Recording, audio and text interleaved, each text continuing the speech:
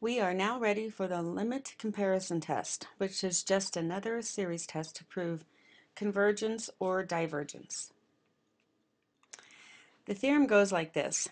Let A sub n and B sub n be positive sequences, and then assume that the following limit exists.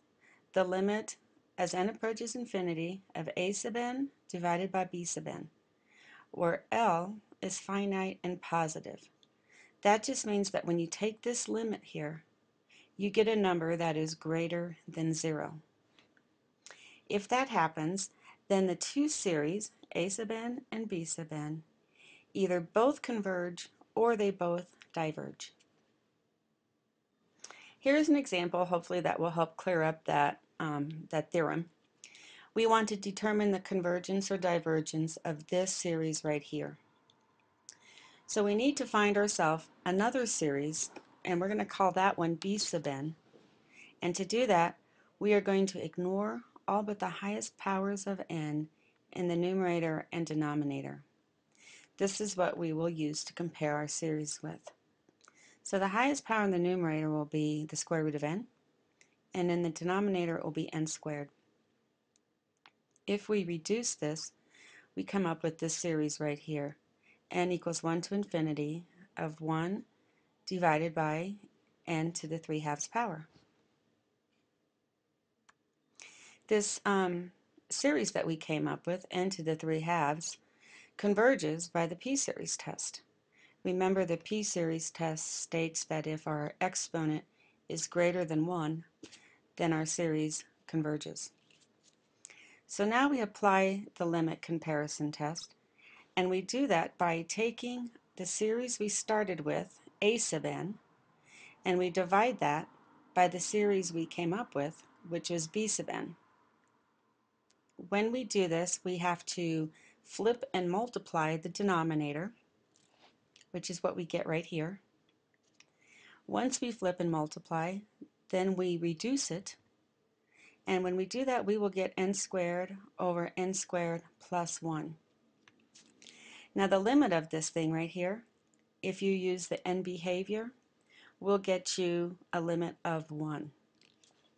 So since our limit turned out to be a number greater than 0, we can conclude that since the series that we found, this one right here, the b sub n, converges, that then our original series converges.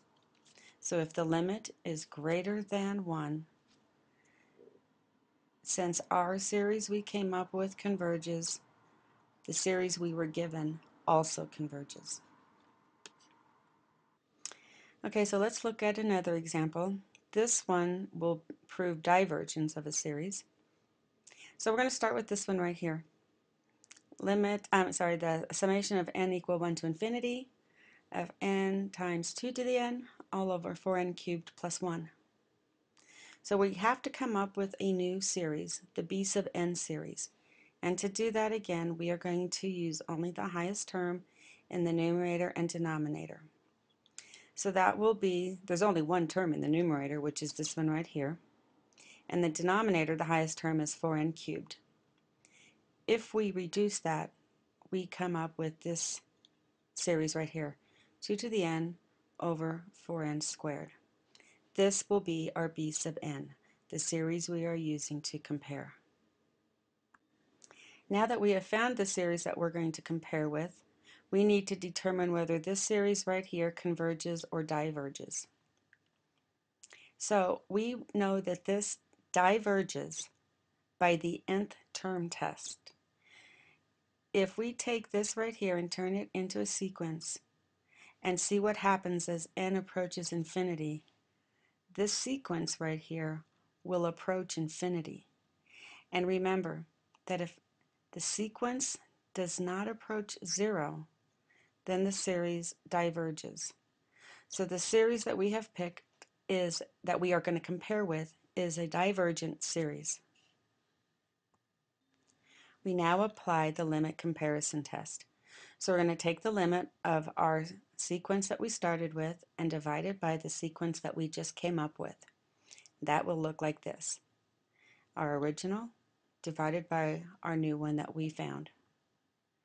Then we're going to flip and multiply, and then we reduce it, and this is what we come up with.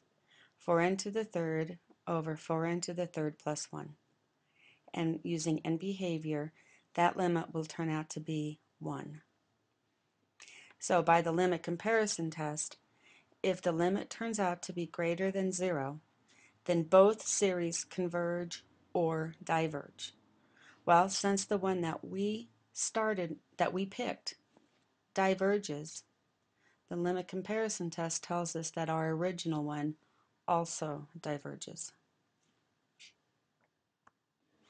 Okay, here's one last example that I'll let you guys work on your own. It's the series n equal 1 to infinity of 2 to the n over 3 to the n minus 1. So as you work through this, we're going to compare it to 2 to the n over 3 to the n. Then we're going to flip and multiply them, and we are going to get a limit of 1. And so you will see that the series you compare it to is a geometric series with a radius of 2/3. So that geometric series will converge. So when you compare it to this one and you go through the process, you flip and multiply and you find your limit to equal 1, you will be able to conclude that this series right here converges because the series you compared it to converged and their limit was equal to 1.